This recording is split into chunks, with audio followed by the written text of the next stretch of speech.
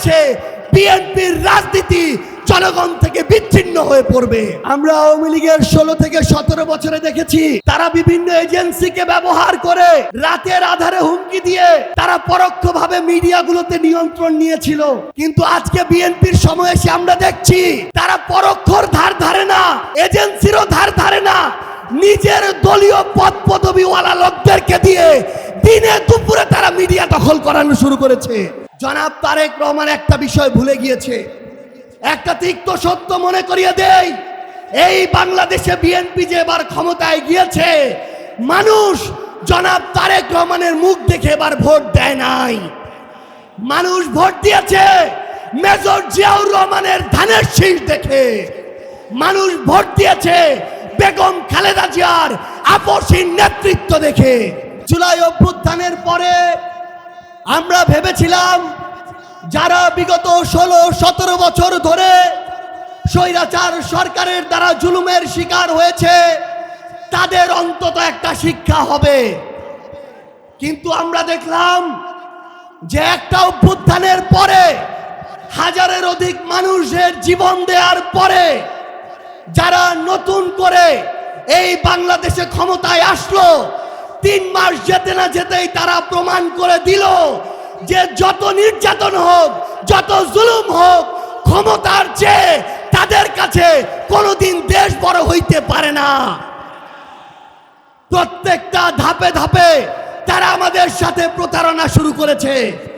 তারা এই দেশে 50% ভোট পেয়ে ক্ষমতায় গিয়েছে, কিন্তু তারা ভুলে গিয়েছে 70% মানুষ দেশের পরিবর্তনের পক্ষে রায় দিয়েছে।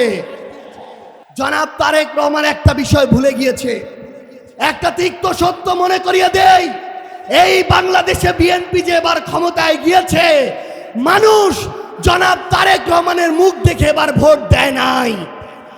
মানুষ ভোট দিয়েছে মেজর জিয়াউর রহমানের ধানের শীষ দেখে। মানুষ ভোট দিয়েছে বেগম খালেদা জিয়ার আপসহীন নেতৃত্ব দেখে। জনাব তারেক রহমান যদি এই ভুল পুনরায় করেন, যদি জনগণের সাথে প্রতারণা করেন, যদি গণভোটের রায় বাস্তবায়ন না করে, এই বাংলাদেশে বিএনপির রাজনীতি জনগণ থেকে বিচ্ছিন্ন হয়ে পড়বে।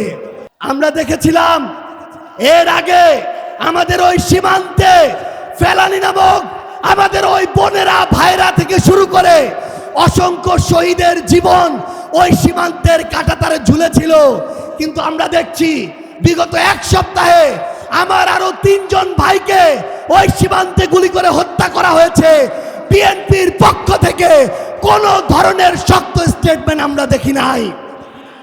বিএনপির কাছে আমরা স্পষ্ট করে বলি, কোন দেশের কাছে, এজেন্সির কাছে, রাষ্ট্রের কাছে নিজেদের সার্বভৌমত্ব, সম্মান, আমাদের ভাইয়ের জীবন আমরা তাদের কাছে বন্ধক দিয়ে এই বাংলাদেশে কোনোদিন আমাদের রাজনীতি প্রতিষ্ঠা করতে পারবো না।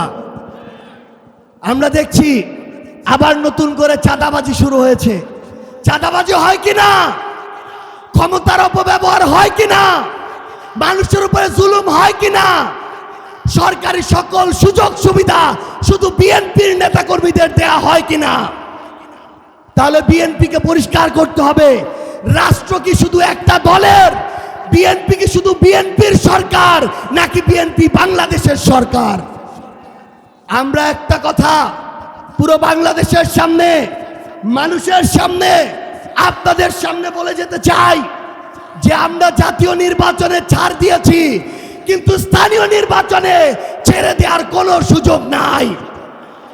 কেউ যদি আপনার ভোটের অধিকার চুরি করতে চায়, ব্যালট বাক্সে হামলা করতে চায়, উপনির্বাচনের মতো এই ভোট বয়কট করার কোনো সুযোগ নাই। বরং হয় ওই ভোট বন্ধ হবে, না হলে আমাদের অধিকার প্রতিষ্ঠা হবে। একটা জিনিস মনে রাখতে হবে, বিএনপি এখন খাল খনন কর্মসূচি শুরু করেছে, আমরা তাদেরকে ধন্যবাদ জানাতে চাই। কিন্তু প্রিয় বিএনপি, প্রিয় তারেক রহমান, নদীতে যদি পানি না থাকে, পদ্মায় যদি পানি না থাকে, ওই খাল খনন করে আমার লাভ কি হবে? ওই খালে পানি আসবে কোথা থেকে? এই জন্য আমরা আমাদের জায়গা থেকে স্পষ্ট করে বলি, আমাদের গণভোটের রায় বাস্তবায়ন করতে হবে, আমাদের জুলাই সনদ বাস্তবায়ন করতে হবে, সংস্কার করতে হবে। আধিপত্যবাদ মেনে নেওয়া যাবে না এবং এই বাংলাদেশে আগামীর মানুষের আকাঙ্ক্ষা থেকে এক চুল পরিমাণ সরে যাওয়ার স্পর্ধা দেখানো যাবে না। সবাই ভালো থাকবেন। ইনকিলাব, ইনকিলাব।